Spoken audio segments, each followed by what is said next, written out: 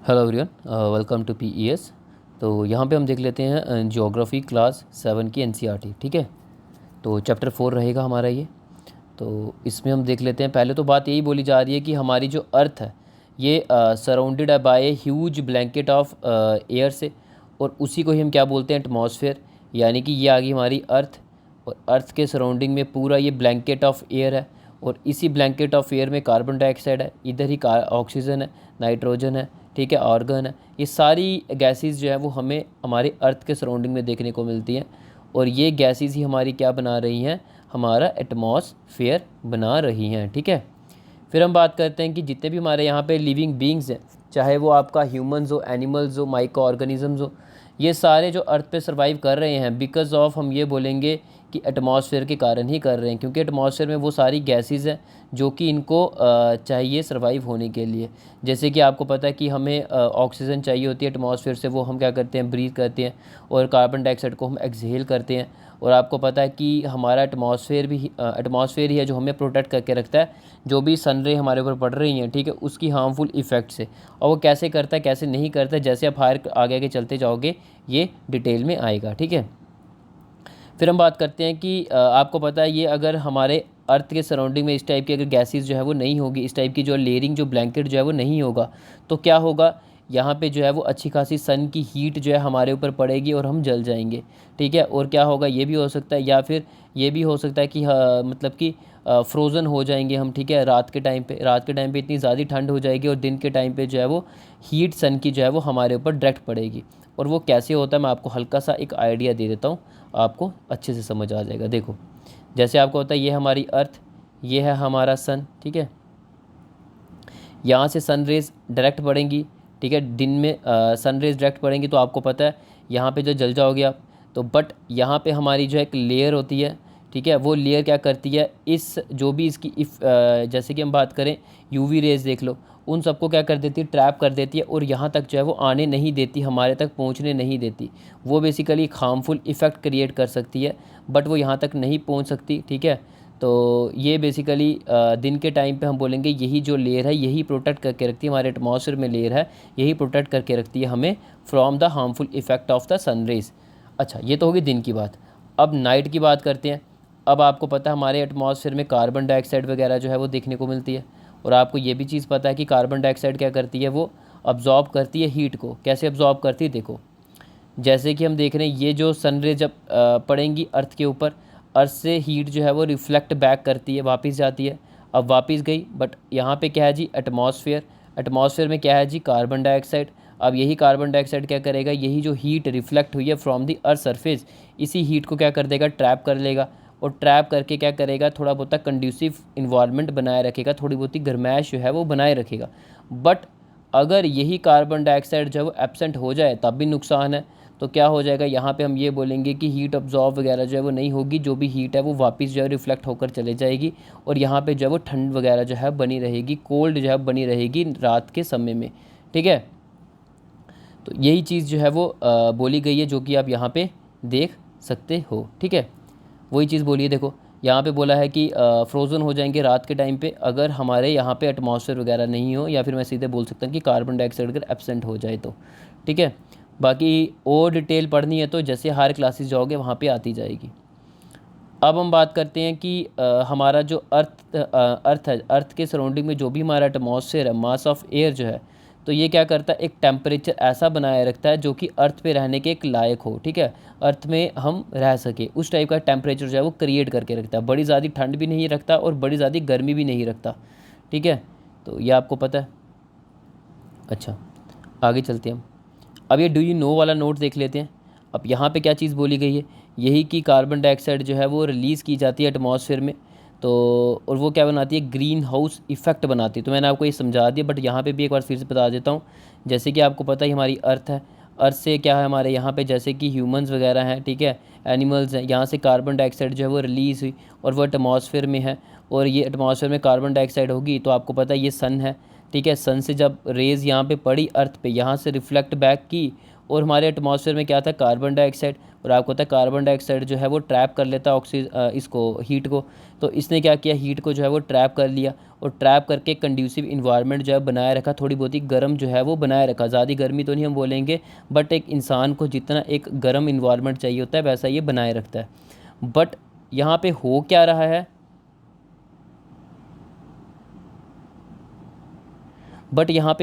है, यहाँ पे हमने यही देखा कि हम कार्बन डाइऑक्साइड की मात्रा जो है वो बहुत ज़्यादा जो है वो रिलीज़ कर रहे हैं। पहले जितना एटमॉस्फेयर में था वो तो था ही था, अब क्या किया जा रहा है, पेड़ों को काटा जा रहा है। जब पेड़ों को काटा जाएगा तो कार्बन डाइऑक्साइड जो है, आपको पता है कि पेड़ जो है वो कार्बन डाइऑक्साइड को क्या कर लेते हैं, कार्बन डाइऑक्साइड को अब्जॉर्ब करते हैं। अब पेड़ जो है वो काटे गए हैं, पेड़ अब्जॉर्ब नहीं कर पाएंगे कार्बन डाइऑक्साइड को, तो ऑब्वियस ही बात है बैलेंस बिगड़ गया कार्बन डाइऑक्साइड का। पहले जो है कार्बन डाइऑक्साइड का बैलेंस बना हुआ था कि जो भी कार्बन डाइऑक्साइड हमारे एटमॉस्फेयर में आ रही थी वो पेड़ जो हैं, ट्रीज़ हैं, वो अपने पास जो है उसको अब्जॉर्ब कर रहे थे। बट ट्रीज़ को ही हमने काट दिया तो अब्जॉर्ब वाला प्रोसेस ख़त्म हो गया। तो यहाँ पे अच्छी खासी मात्रा हमें कार्बन डाइऑक्साइड की देखने को मिलती है, एक चीज़। दूसरी चीज़ हम बात करते हैं, आप पता है फ्यूल्स वगैरह बर्न कर रहे हो, ठीक है, इंडस्ट्रीज़ वगैरह चला रहे हो, अब गाड़ियाँ चला रहे हो, अब कई सारे जो है फ्यूल बर्न करके वहाँ से जो है कार्बन डाइऑक्साइड का रिलीज़ कर रहे हो। पहले ही मात्रा इतनी ज़्यादा थी और ऊपर से हमने पेड़ भी काट दिए, साथ ही साथ हमने क्या कर दिया, हमने फ्यूल भी बर्न करना शुरू कर दिया। इससे भी अच्छा खासा मात्रा जो है वो कार्बन डाइऑक्साइड की इंक्रीज़ होती हुई हमें देखने को मिलेगी हमारे एटमॉस्फेयर में। और जब कार्बन डाइऑक्साइड की मात्रा एक लिमिट से ज़्यादा बढ़ जाएगी तो वो क्या करेगा, जो पहले ट्रैप कर रहा था हीट, अब और ज़्यादा हीट को ट्रैप करेगा। जब और ज़्यादा हीट ट्रैप करेगा तो यहाँ पे अच्छी खासी हमें गर्माइश जो है देखने को मिलेगी, जिसको हम क्या बोल देते हैं जी, ग्लोबल वार्मिंग। ठीक है, तो वो हमें ग्लोबल वार्मिंग वाली सिचुएशन जो है वो देखने को मिलती है। ठीक है, तो मैंने आपको सारा समझा दिया, बाकी सारा नोट में जो लिखा होता है फिर भी एक बार पढ़ लेते हैं। देखो यहाँ पे वही चीज़ बोला, ग्रीन हाउस गैसेज जो भी होती है हमारी, ठीक है, तो वही देखा जब इसका लेवल जो हमारा इंक्रीज़ हो जाता है, कार्बन डाइऑक्साइड जब हमारा इंक्रीज़ हो जाता है, कैसे फैक्ट्री से स्मोक वगैरह जो है वो रिलीज़ हो रहा है, कार से फ्यूम वगैरह जो है वो रिलीज़ हो रहा है। इससे क्या होगा, वो कार्बन डाइऑक्साइड जब अच्छी खासी हीट जो है वो ट्रैप करेगा, जब हीट को अच्छी खासी ट्रैप करेगा तो हमें टेम्परेचर जो है वो बढ़ता हुआ देखने को मिलेगा, और उसी से क्या काज होगी, ग्लोबल वार्मिंग। ठीक है, टेम्परेचर जो है वो राइज़ हो जाएगा। ठीक है, जब टेम्परेचर राइज़ हो गया, ग्लोबल वार्मिंग हो गई, तो क्या होगा, जो हमारे ग्लेशियर्स हैं, जैसे आपको पता है हमारी अर्थ का जो पोलर रीजन है, ये पोलर रीजन है, ये नॉर्थ पोल है, ये साउथ पोल है। यहाँ पे हमें ग्लेशियर्स वगैरह जो है वो देखने को मिलते हैं। और साथ ही साथ आपको पता है यहाँ पे हमारी माउंटेन्स भी हैं, माउंटेन्स के ऊपर भी जो है वो ग्लेशियर्स वगैरह जो है वो देखने को मिलते हैं।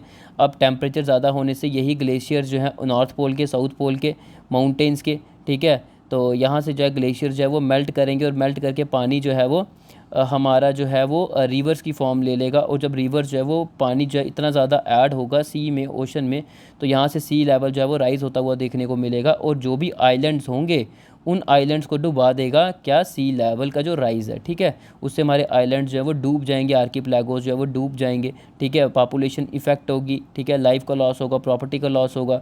ठीक है, तो यहाँ पे माइग्रेशन वगैरह ये सारी चीज़ें जो हैं वो देखने को मिलेंगी। तो यहाँ पे वही चीज़ बोला गया है कि जब भी ग्लोबल वार्मिंग होगी वो क्या करता है, ग्लेशियर्स को मेल्ट करता है, और ग्लेशियर्स के मेल्ट होने से सी लेवल जो है वो राइज़ करता है। क्योंकि ग्लेशियर मेल्ट होंगे तो वही मेल्ट वाला पानी जो है वो रिवर्स में जाएगा, और रिवर्स फाइनली पानी जो है वो समुंदर में ऐड करेगी, ओशन में ऐड करेगी, और वहाँ से हमारा सी लेवल राइज़ होता हुआ देखने को मिलेगा। हमारा कोस्टल रीजन जो है वो सबमर्ज होना शुरू हो जाएगा, वो समुंदर के अंदर जो है वो डूबना शुरू हो जाएगा। ठीक है, तो यहाँ से हमारी कोस्टल एरियाज़ की जो पॉपुलेशन है वो अच्छी खासी इफेक्ट भी हमें देखने को मिलती है। ठीक है, तो मैंने आपको सारा समझा दिया, बट यहाँ पे उतना नहीं दिया वो, चलो फिर भी चलो आपको आइडिया एक लग ही गया। ठीक है, ये देखो सी लेवल राइज़ हुआ, फ्लड वगैरह किया, कोस्टल एरियाज़ जो हैं, ठीक है, क्लाइमेट चेंज हुआ, और क्लाइमेट ऑब्वियसली बात, जब टेम्परेचर हमारा चेंज हुआ, गर्मी ज़्यादा हो गई, तो जो ज़्यादा गर्मी जो बर्दाश्त कुछ नहीं कर पाएंगे प्लांट्स, और वो सड़ के जो है वो डेड हो जाते हैं। और साथ ही साथ एनिमल्स जो हैं वो भी, जब पेड़ प्लांटेशन ही नहीं रही तो एनिमल्स जो है वो माइग्रेट करना शुरू कर देंगे, उनका हैबिटेट लॉस हो गया, हैबिटेट जंगल वगैरह बर्बाद हो गए, तो वो हैबिटेट लॉस हुआ, वहाँ से वो माइग्रेट करेंगे, फिर वो माइग्रेट करके वो एनिमल जो है वो ह्यूमन के एरिया में पहुँच जाएगा, ह्यूमन के एरिया में पहुँच के वहाँ पे एनिमल और ह्यूमन का कन्फ्लिक्ट होगा। ठीक है, और मारा कौन जाएगा, एनिमल। ठीक है, तो इस टाइप से चीज़ हमें जो है वो एनिमल भी लॉस होता हुआ देखने को मिलता है, और हमारा जो है वेजिटेशन जो है, प्लांट्स जो हैं ये भी लॉस होते हुए देखने को मिलते हैं। और इतना ज़्यादा टेम्परेचर होने से भी जो है वो एनिमल के ऊपर इफेक्ट वगैरह जो है वो देखने को मिलता है। ठीक है, क्योंकि आपको ये चीज़ पता ही है कि अब जो आप बात करो जैसे कि ये आपका अर्थ है, अर्थ का ये जैसे कि आपका ये वाला एरियाज़ हैं, पोलर रीजन्स हैं, आपको पता है यहाँ पे आपको पेंगुइन्स वगैरह देखने को मिलते हैं, यहाँ पे आपको जैसे कि पोलर बियर्स वगैरह जो है वो देखने को मिलेंगे। बट यहाँ पे ग्लेशियर ही जब मेल्ट कर गए तो उनका हैबिटेट ही लॉस हो गया, ठीक है, तो यहाँ पे वो रहेंगे कहाँ पे, ठीक है। तो इसलिए यहाँ पे पेंगुइन्स वगैरह जो वो भी इफेक्ट होते हुए देखने को मिलेंगे टेम्परेचर के राइज़ होने से। और जो माउंटेन्स में कुछ हमारे एनिमल्स रहते हैं, ठीक है, जैसे कि स्नो लेपर्ड देख लो, कोई भी आप देख लो, ठीक है, जो माउंटेन्स में रहा करते हैं तो वो उनकी लाइफ भी जो वो इफेक्ट होती हुई जो है वो देखने को मिलेगी, ठीक है। तो ये जनरल चीज़ें हैं यार, इतनी चीज़ें जो है वो आपको पता ही होगी, इतनी कॉमन अंडरस्टैंडिंग होती है यार एक किसी को, ठीक है। चलो आगे चलते हैं।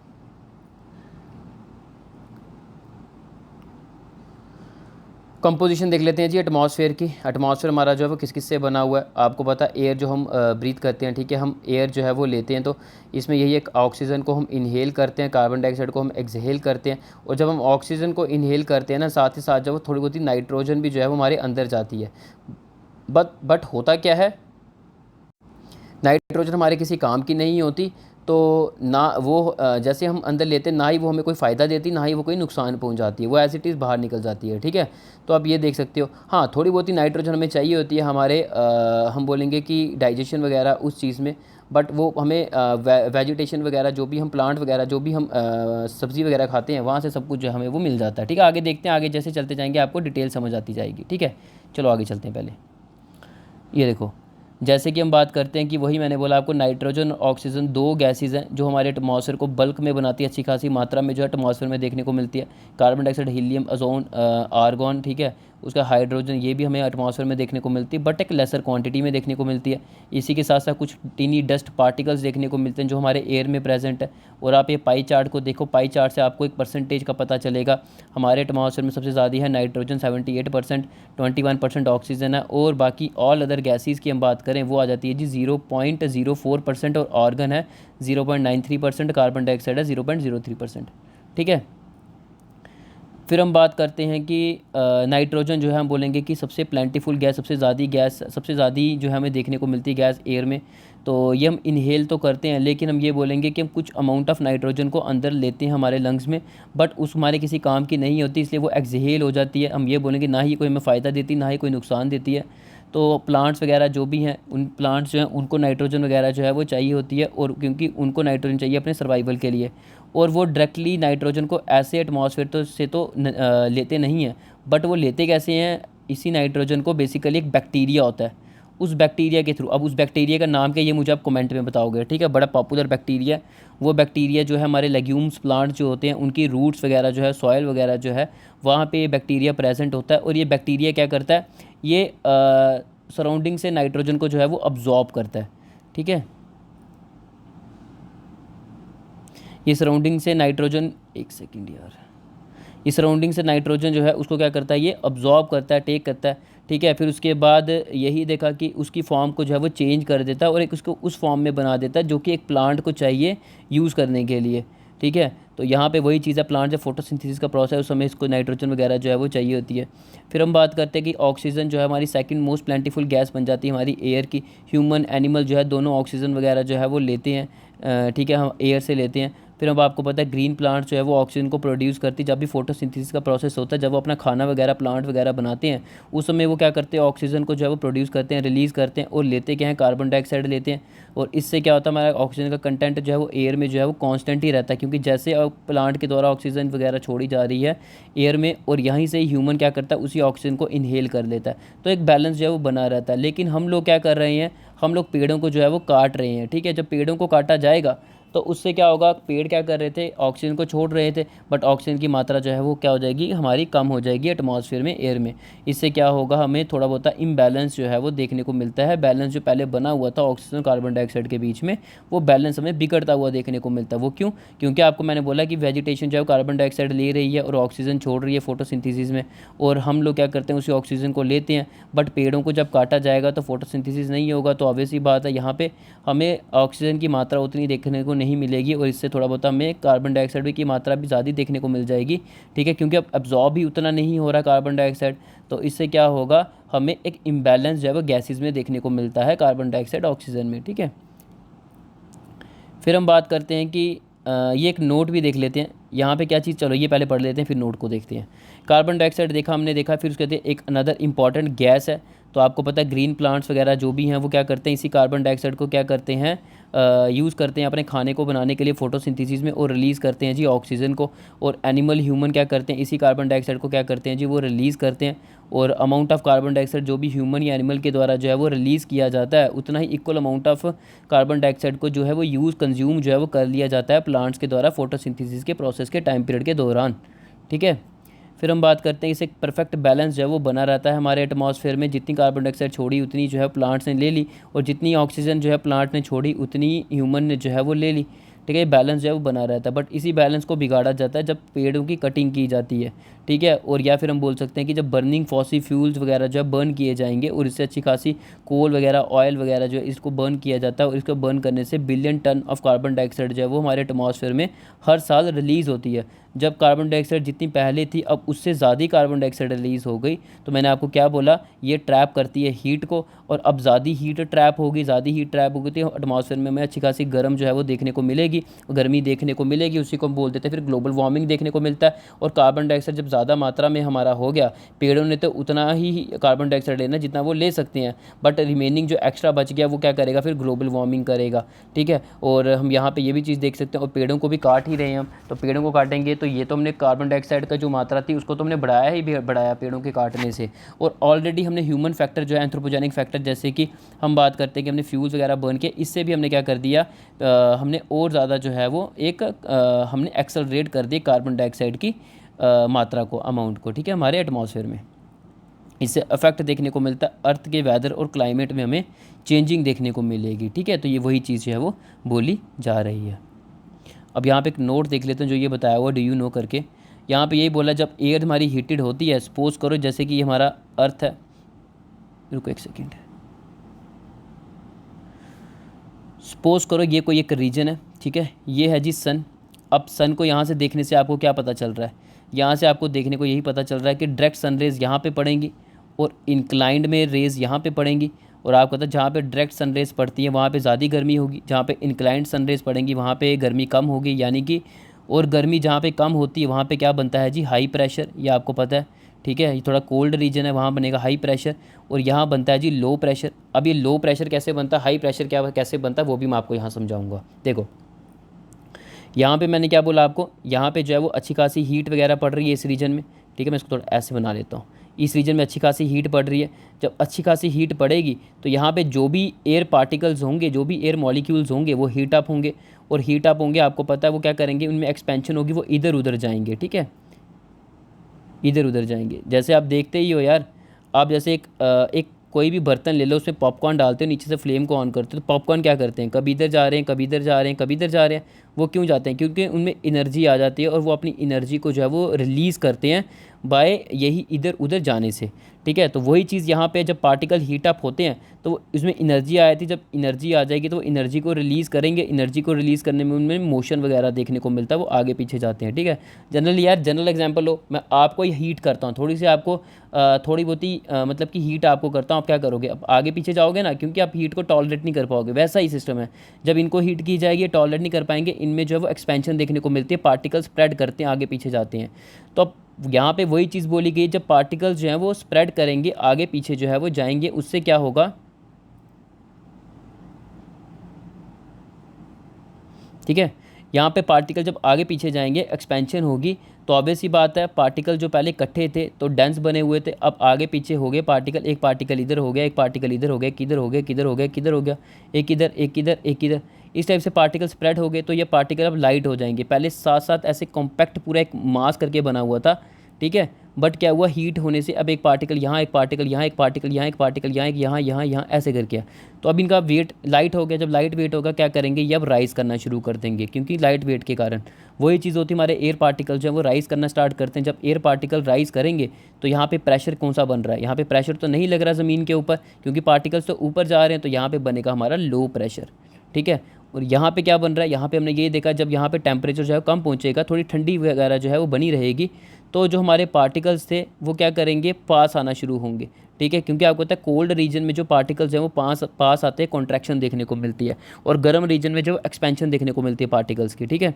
तो यहाँ पे पास पार्टिकल आएंगे, जब पार्टिकल्स पास आएंगे तो हमें इस टाइप का डेंस एक पूरा एक मास, कॉम्पैक्ट मास जो है वो एक देखने को मिलता है। इस टाइप का पूरा एयर मॉलिक्यूल का मास देखने को मिलेगा, और इसका वेट ज़्यादा हो जाएगा क्योंकि इकट्ठा एक कॉम्पैक्ट बन गया ऐसे करके बॉल टाइप का। जब वेट ज़्यादा हो गया, इसका प्रेशर पड़ेगा नीचे की तरफ, अर्थ की तरफ, रीजन की तरफ, जो भी ये पर्टिकुलर रीजन है। यहाँ पे जब इसका प्रेशर पड़ेगा तो यहाँ पे क्या क्रिएट करेगा, ये हाई प्रेशर, ठीक है। तो ये आप देख सकते हो हाई प्रेशर, लो प्रेशर जो है वो ऐसे क्रिएट किया जाता है, ठीक है। अब एक चीज़ और समझते हैं, ये तो आपको समझ आ गया हाई प्रेशर लो प्रेशर। अब विंड और एयर करंट कैसे मूव करती है, ये हायर क्लासेस में आएगा, बट मैं आपको यहीं पे समझा रहा हूँ। देखो ये जैसे ये हो गया, ये जैसे कि ये हो गया, ये मैंने आपको बोला था बन गया लो प्रेशर, ये बन गया जी आपका हाई प्रेशर। यहाँ पे एयर जो है वो सिंक कर रही है, क्योंकि मैंने आपको बताया डेंस क्लस्टर बन जाएगा, तो वो क्या करेगा, नीचे की तरफ आएगा, तो सिंकिंग हो रही है एयर। यहाँ पे मैंने बताया लाइट पार्टिकल्स हैं, तो ये क्या करेंगे, ऊपर की तरफ राइज करेंगे, तो हम बोलेंगे यहाँ पे राइजिंग हो रही है एयर की, ठीक है। अब जब एयर की राइजिंग होगी तो यहाँ पे क्या बन जाएगा, एक वैक्यूम क्रिएट हो जाएगा, एक खाली बन जाएगा। अब इसी वैक्यूम को फिल करने के लिए हमारी यहाँ पे क्या आती है, एक विंड का रोल प्ले होता है। और आपको ये भी पता है कि विंड हमारी जो है वो मूव करती है फ्रॉम हाई प्रेशर से लो प्रेशर, ठीक है। क्योंकि देखो ना यहाँ पे विंड अच्छी खासी जो है पूरा एक विंड का जो है पूरा एक झुंड बना हुआ है, ठीक है। बट इस तरफ जो है खाली स्पेस है, तो विंड कोशिश करेगी ना वो इस तरफ जाके जो है वो मूव करे, है ना, खाली वाली जगह जो है मूव करे। जैसे आप ही अपनी एग्जांपल ले लो, आप एक रश में खड़े हुए हो, ठीक है, एक भीड़ अच्छी खासी भीड़ है। जब शादियों में जाते हो, शादियों में आप जाते हो, वहाँ पे एक बड़ी ज़्यादा भीड़ लगी हुई है। आप क्या करते हो, अब खाना लेते हो, खाना लेके साइड एक वहाँ चले जाते हो जहाँ पे रश थोड़ा कम होता है, आराम से वहाँ खड़े होकर खाते हो, है ना। वैसा ही सिस्टम है, विंड जो है जब रश बड़ा ज़्यादा है तो ये क्या करेगी, विंड यहाँ से जो मूव करेगी और अपने आप को कंफर्टेबल करने के लिए वहाँ जाएगी जहाँ पे लो प्रेशर, जहाँ पे एक वैकेंसी, वहाँ पे जहाँ पे एक वैक्यूम क्रिएट हुआ है, ठीक है। वैक्यूम जहाँ क्रिएट हुआ हो वहाँ पे जाके अपने आप को जो है वो फिल करेगी। तो यहाँ पे वही चीज़ होता है। अब यहाँ पे यहाँ पे बहुत ज़्यादा एयर प्रेशर बना हुआ, एयर मॉलिक्यूल बड़े ज़्यादा कंजस्टेड हैं।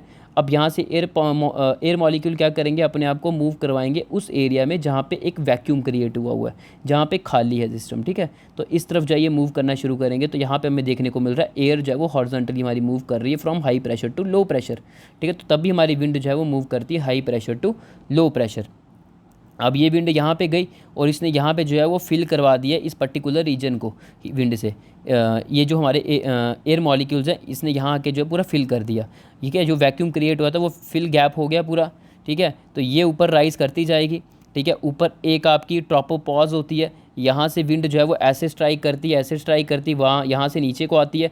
ये पूरा एक ऐसे करके साइकिल जो है वो बनता रहता है, ठीक है। बाकी हायर क्लासेस में देखेंगे, अभी छोड़ो इसको, आप कन्फ्यूज़ हो जाओगे, ठीक है। बस अभी आप यही रखो, ये एक हाई प्रेशर हो गया आपका, एक ये लो प्रेशर हो गया। अब ये लो प्रेशर को फिल करने के लिए एयर जब वो हाई प्रेशर से लो प्रेशर को जाती है, हॉरिजॉन्टल जो एयर मूव की इसको बोलते हैं जी विंड।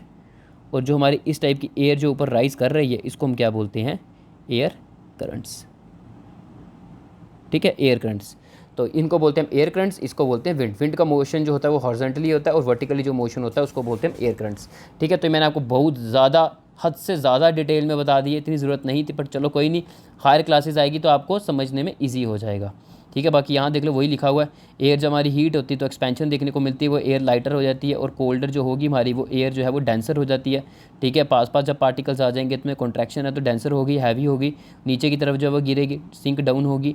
हॉट एयर ऊपर राइज करती है, कोल्ड जो है वो नीचे की तरफ गिरती है, और यहाँ से क्या होता है कि जहाँ पे वैक्यूम क्रिएट होगा लो प्रेशर में उसको फिल करेगी एयर, ठीक है। और यहाँ से एयर ऊपर जा रही है, और ये याद रखो ऊपर एक ट्रोपोपॉज लेयर होती है, यहाँ से एयर यहाँ जाती है, वो कैसे होती कैसे नहीं होती वो आगे देखेंगे हायर क्लासेस में। अभी अब यही याद रखो, हमारे आसमान में एक ट्रोपोपॉज होता है, यहाँ से हमारी जो है लेयर इस टाइप एयर जो इस तरफ को जाती है, इस तरफ को जाती है, यहाँ ठंडी हो जाती है, ठंडी होने के फिर नीचे गिरती है। ये हाई प्रेशर वाला रीजन था, यहाँ से करके ऐसे पूरा एक सेल जो है बनता जाता है बार बार, ठीक है। ये रिपीट होता रहता है कॉन्टीन्यूसली। तो ये आप याद रखो, एक सर्कुलेशन जो है वो चलता रहता है, और ये ऊपर से कैसे डाइवर्ज होती है ये हम आगे हायर क्लासेस में देखेंगे, ठीक है। अभी आप इतना ही रखो, ठीक है। बाकी अब नेक्स्ट लेक्चर जो है उसमें हम आगे इसी टॉपिक को जो है वो कंटिन्यू करते हैं, ठीक है। बाकी लास्ट में नीचे देख लेते हैं, ये बेसिकली कोई एक न्यूज़ आई है, बताया गया है कि ग्लोबल वार्मिंग जो है उसके क्या इम्पैक्ट जो है पर्टिकुलर देखने को मिल रहे हैं, ठीक है। तो एक न्यूज़ आर्टिकल है, छोड़ो ये इंपॉर्टेंट नहीं है हमारे लिए, बस यही था। बाकी मिलते हैं नेक्स्ट क्लास में। Thank you and bye.